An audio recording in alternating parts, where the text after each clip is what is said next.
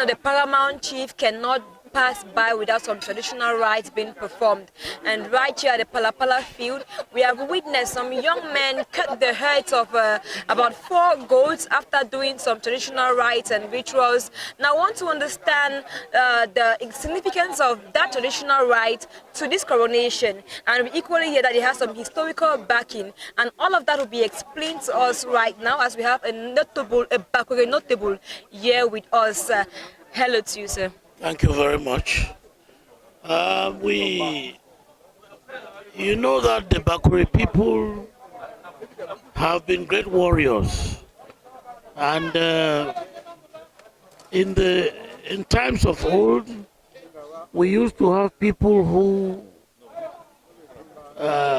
went to war with other villages, went to war with other tribes, and they were valiant soldiers. So the cutting of the head of a goat only shows how brave warriors could behead an enemy just by one slash of the machete. And it also shows bravery, because you need to be brave.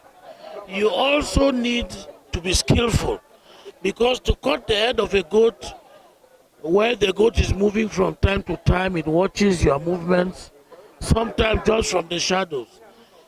It watches you, and to cut off the head is very difficult. So it calls for skill. It means you have to be a very skillful soldier. Also, even before the Germans came, this war dance existed, where people will fight and they will capture people, where people will fight and cut off the heads of the enemy. But it culminated in this situation where the Germans came, invaded our territory, and our people stood up to them. So the great Kubali Kenya, who is a great-grandfather to the present chief, stood against the Germans and killed a German general. So because of that, people, each time they do it, they enact that act that a man without any sophisticated weapon was able to bring down a white man who had all his guns and all his artillery.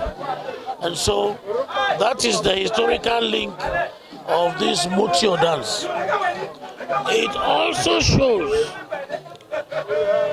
riches, because when you are a poor man, you cannot have a goat to sacrifice like that. So each time they do that, they also show how rich the person for whom they are doing this is. If it's somebody who had died and they want to do it, it shows that the man left wealth. Because wealth in times of old was not money. It was animals, goats, cows, sheep. Then you know that man is wealthy. So if you have animals to cut the heads, then it means that you are also wealthy. Today, for example, you saw 4 goats being beheaded. That is extreme wealth, to show that the man for whom they are doing this activity, the chief, is a wealthy man. So it has many connotations. Sometimes they do the beheading of goats not only in this one they call Muteo. There's another one they call Ayu. Ayu is a commemoration. When you want to commemorate a great man, you make a feast in remembrance of the person, then you bring out several goats.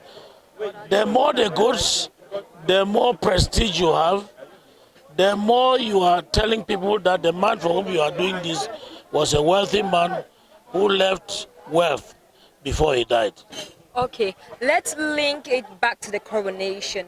I heard someone saying after that act was performed that if the case had been that those young men did not cut the neck of the goat in a go, that is in the first effort, it would have been that the ancestors are not aligned with the coronation today. What can you say regarding that?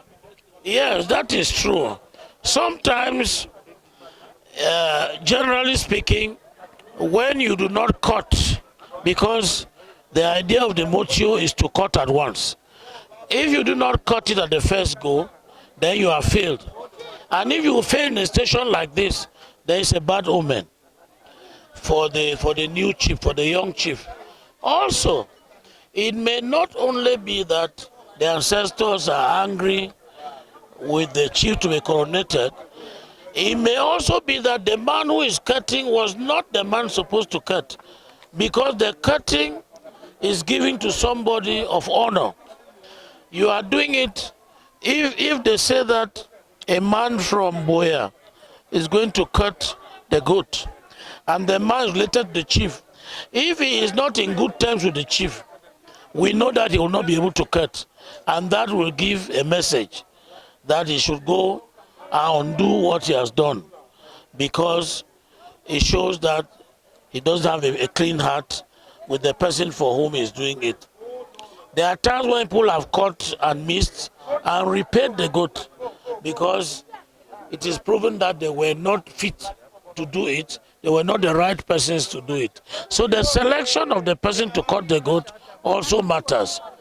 If the ancestors disagree with that person, then the person will let us down. But when it goes well, like this one was a fantastic one, because there are issues where 2 people cut, one cut and the other does not cut. But in this case, all of the 4 cut. So it shows that the ancestors are in total agreement with the coronation, and they're in total agreement with those who were selected to cut the goat. Okay, just one last confirmation before we go. I also had some people saying that If the case is that a warrior does not cut the neck of the goat in the first go, they will have to pay. The warrior will have to pay a fine, or will have to be carried out for cleansing. Is that true? Usually, I know, apart from the idea of cleansing, I know that when you cut and you do not cut it, you will pay a fine. Either you replace the goat, so you some other time some other person will cut, or your family will fine you. Because, and when you don't cut, you yourself will not be comfortable, because you know you have to start searching yourself whether there's something wrong with you, whether the ancestors are angry with you and why. And that's going to be a big load on the person who does not cut, apart from the fine. The fine is financial, but the load will be the guilt of not cutting, which is not very good. That is why the young people get so tense when they are going to cut, because they know what awaits them if they do not cut. What criteria is being used to select the person or the warrior who gets to cut the goat? Well, generally, when you are selecting a person from your family to cut, it must not be a lazy person. It must be a person you know can handle the machete well. Because the slant, the way you slant your machete, you know the neck bones are joint. And you can hit on the wrong place and you will not cut.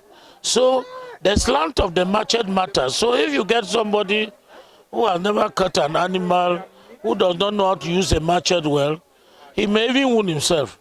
So first you have to select from that perspective. Then secondly, the person has to be in good terms with the person for whom he is cutting the goat. Mama